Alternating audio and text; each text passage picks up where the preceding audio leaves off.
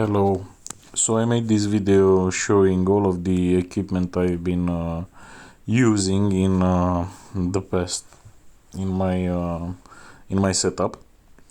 So I have these small Philips speakers from an audio mini system that I used to have. The amplifier part, the mini system itself, I had to throw away because it wasn't working anymore and it was taking up a lot of space. I have these two speakers. I had the NED T755. The bass speakers are Eminence Delta 10A 8 ohm, and the high drivers are Eminence ASD 1001B.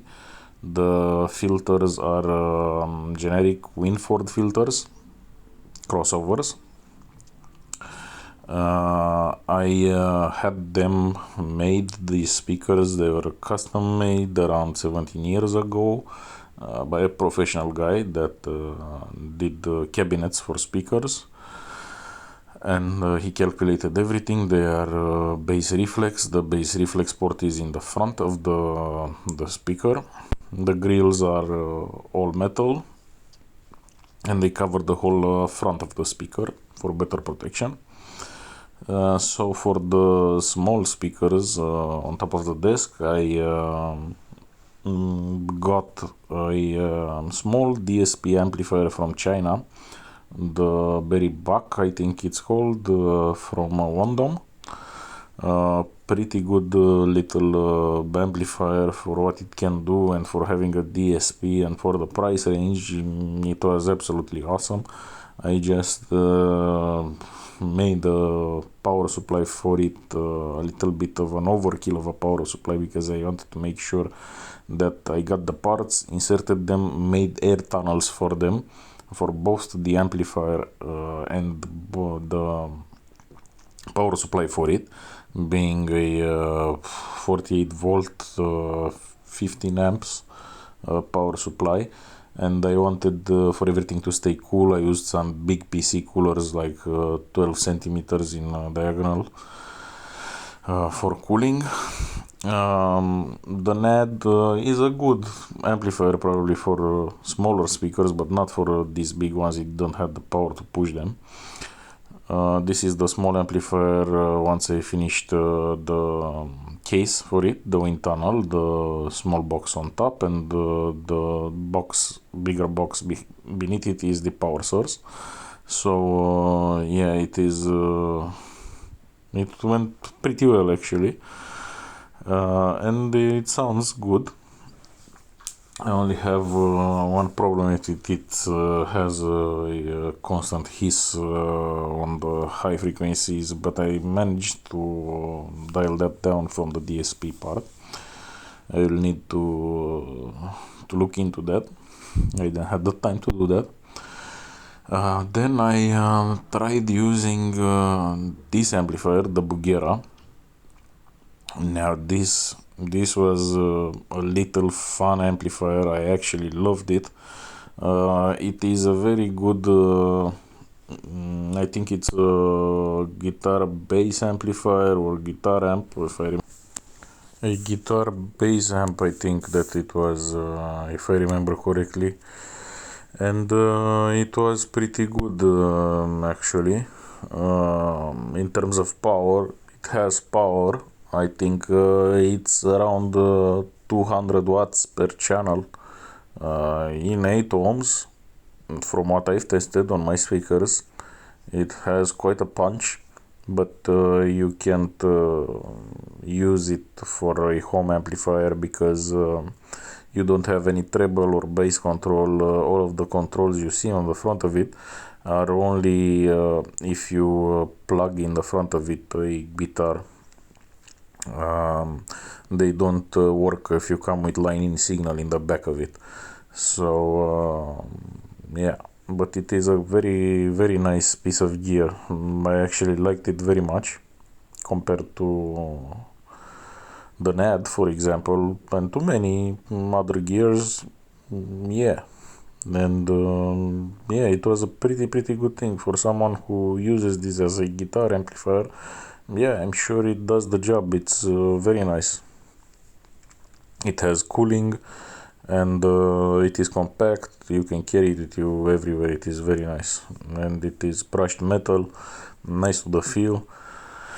It has I don't remember what it is called right now. It has an imitation of a lamp preamp, but it's not on lamps. It's on something else. I don't remember exactly what it was called, but it imitated the sound very good. And for a voice, it was very clear. It was nice and crisp. And then I moved on to the T-amp, which I got the T-amp E 1200 amplifier, which is pretty heavy, big, bulky, but it doesn't quite meet the specs in terms of power. From what I tested, it does not quite output the power, at least to the speakers in 8 ohms as they are advertising it, so that I didn't like. And it has by pretty slow slew rate. It wasn't quite as fast in the bass. It has a lazy kind of a bass. This is the preamp I got to power the NAD, to give it more signal and to have treble and bass, because the NAD T755, it was old and the DSP was broken on it. So I needed something to control my bass, my treble correctly, and to come in with a hotter signal into it, because the preamp stage wasn't quite doing what it was supposed to. It has, I think, around 100 watts, the NAD per channel, clear watts in 8 ohms. So yeah, that was pretty nice, but underwhelmed and underpowered by the speakers. I tried switching the op amps on this little preamp, because I didn't, with the original op amps, I didn't get a good bass. I got a superficial bass, and I didn't like that. But when I switched both of the op amps at the same time, I didn't get what I was expecting. I got a beeping sound from it, continuous beep sound, something like that, and it was pretty annoying. Later on I discovered that if I let one original op amp in it and switch just one with the Burr Brown, I got a normal bass, and I didn't have any other sounds like hissing or anything like that. This is a short test of the speakers. I was using the NAD for that test. Near you have the speakers and the dimensions of the cabinet. I exchanged since then the high drivers with the eminences, ASD 1001B. Here I have the Duke Audio and the T-amp I was talking about. I tried the Duke Audio to see how it would fare up in front of the SMSL SU1. Needless to say, I chose the SMSL SU1. The Duke DAC, the Duke or the AIMA, I don't remember actually. Oh, the AIMA, yeah. I tried this deck because I'm sorry for the confusion. It was the AIMA DAC 1, I think. I tried it because the SMSL SU1 does not have any controls in terms of volume, bass, treble, or anything like that, and I wanted something that could give me that using a Pro amplifier. I needed something, and I didn't want to use only the preamp, because I needed the signal to come into it optically and then get converted to analog. So this one was pretty interesting. The IMA deck, the little one, because you had a lot more control than on the SMSL SU1, but it sounded metal-like, and I didn't quite like that sound. So I stayed with the SMSL SU1, which puts out pretty decent sound, and it's pretty good in my opinion.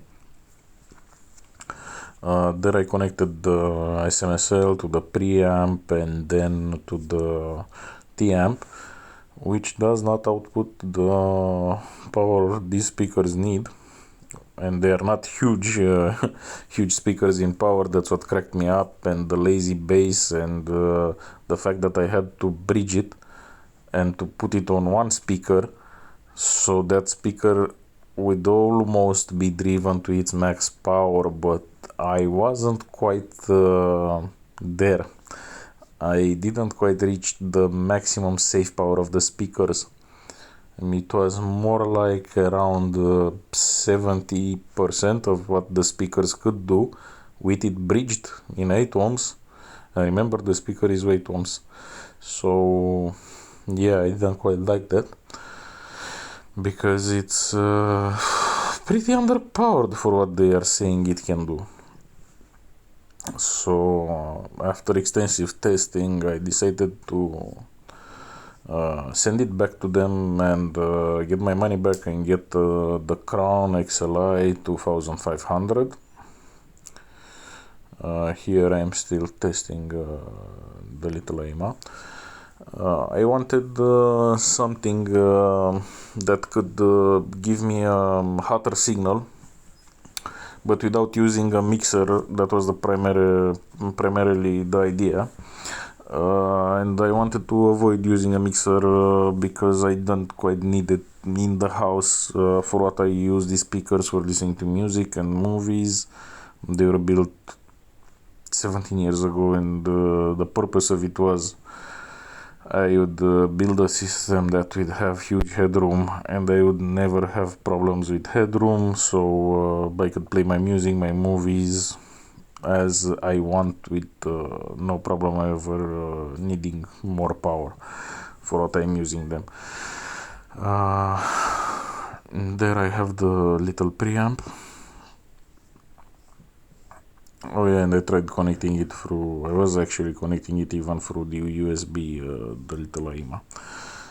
So I did not like this T-amp. It's more of a commercial tweak from what I saw than what it actually does. I tried the Clean Box Pro, I think it was called, for bumping up the signal because I needed a hotter signal for the Pro amp. Yeah, sure, it bumped up the signal. It allowed me to raise the gain of the signal chain more than that little preamp in the. So here was the setup. So the SMSL was going to the Clean Pro, and the Clean Pro box was going to the amplifier. Yeah, sure, it bumped up the signal. It made the signal come out with more force, more power, more width, and it sounded good from this point of view. I didn't have a thin sound anymore. I had a nice, round, strong sound. But the problem with it is that the buttons on it, the gain buttons on it, were crackling. And the second problem that annoyed me the most was that it was pushing electric current into the speakers, even if I had no signal coming into the Clean Box Pro. And I just turned up the signal. I could actually see the membrane of the speakers pushing forward and backward. So I sent that back because that's not good. I got this one, the Vonix VDJ 250, because it is a small mixer, and I thought that it could do what the Clean Box Pro did. And I tried it out. The problem was that this one was not lifting the gain as much as I wanted, so it didn't give the same boost. The Clean Box Pro had a better boost. I also got a little HDMI extractor because I wanted to extract the optical sound from the HDMI cable, and I didn't want to use the TV because it's a little bit grainy. I got the HDMI extractor, the HDMI extractor, the 4K one, the Gesso one. Did a good job separating the sound, but still I had the same graininess. Back to the Vonix, I didn't like the buttons because they are like free floating, you don't have any feel to them. You need some kind of feedback to a mixer button, in my opinion, especially rotary ones. When you move them, these ones you can barely feel them, they're like floating. When you move them, except the volume on channel 1, the level rotary button, it was scratching, the plastic on it was scratching on the metal surface whenever you turned it, and the sound was again crackling like on old amplifiers whenever I turned the knob, and on the master volume on the same thing. So oh yeah, and it raised the high frequencies a lot. Even I mean, I had to put the treble to pull on the treble knob to send it down a little, because it was too much of high frequency. I got sibilance, so I didn't like that. I sent it back, and then I got the Behringer DEQ 2496 Ultra Curve Pro. Yeah, that's a mouthful, I know. Now this one has a lot of functions. I never used a device like this, so this was me just going through the settings, playing a little bit, seeing what everything does. I used to play around a little bit with the compressor, with the EQ, and yeah, it's a very good piece of tech.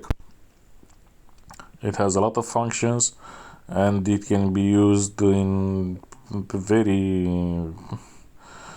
many situations, actually, should I say. It allows you to shape the sound as you want it. I still couldn't get the graininess out of my speakers completely, but it helped, and I'm still playing around with it. It also boosts the signal a little bit, as much as I needed it for the crown.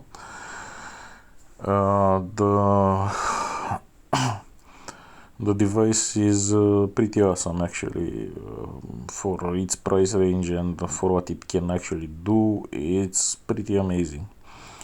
The Crown XLI 2500, compared to the T-Amp, there is a night and day difference immediately. The second I plugged it in and I attached the speakers wires to it, I felt a big difference compared to the T-Amp. It has a fast slew rate, and it doesn't seem to lack in power as the T-Amp did. Although the T-Amp claims bigger power than the Crown XLI 2500, it seems in reality it's the other way around. The Crown seems to truly have that power to drive my speakers up their max levels, no problem, no distortion, clean sounding. So yeah, it is much more beautiful to listen to music on it. It is a great sound compared to the T-Amp, which was kind of mediocre. Even I know that they have different classes. The Crown is a class A, B, and the T-Amp was class H. But still, I expected from the T-Amp to be not, let me not compare it directly to say to be exactly like the Crown, but I expected it to be somewhere higher in sound quality. Don't get me wrong, the T-Amp sounds clear. It doesn't sound distorted or anything. The only problem is that it somehow doesn't put out the power it says it does, not even half of it. And yeah, probably that reflects in the price, and that it has a very slow bass. It doesn't have a fast bass response. That's what I don't like about the TM. The crown, on the other hand, absolutely brilliant piece of work. Very happy with the crown. Now I'm trying to get the graininess out of the voice in my sound to have a clear voice with the DEQ. I've spent a lot of time testing my cables, testing every connection, testing everything to see where this is coming from. I thought it was from the signal chain. Apparently it's the signal sources, I think, because I cannot get that grainy contour out of the words. It's like each word has a graininess to it, or all around it, should I say better. Kind of as the word would have edges. In the rest, on the bass or instruments, drums and everything else, it sounds just fine. Only on voice or dialogue is included. That is the only time I hear the graininess. I'll try to set that up from the DAQ, because I tested this on two amplifiers, on the small one for the small speakers, on the crown, so the amps are displaying the same effects in a grainy voice. So two different class amps on two different pairs of speakers.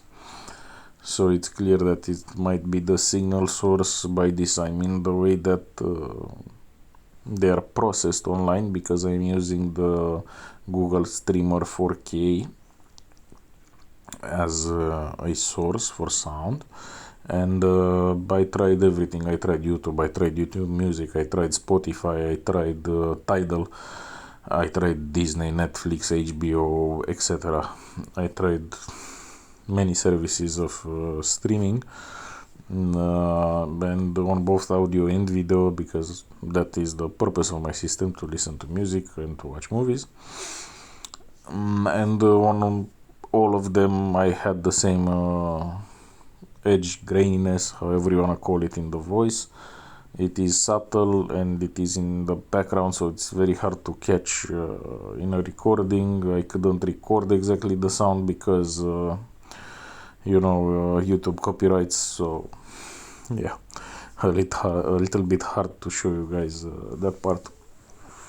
But what I've done until now was a little bit of a trial and error, and I worked in audio. That was my first job in selling hi-fi audio and pro gear and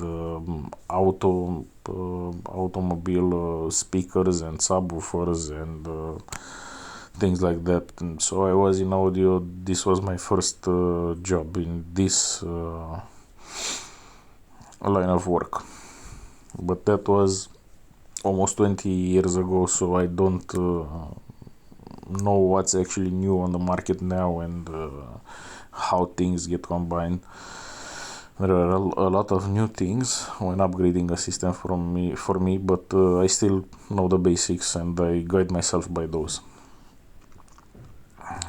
In other words, from what I tested, I liked the SMSL. I am now using the TV output going into the Behringer, from the Behringer going to the SMSL and then into the crown.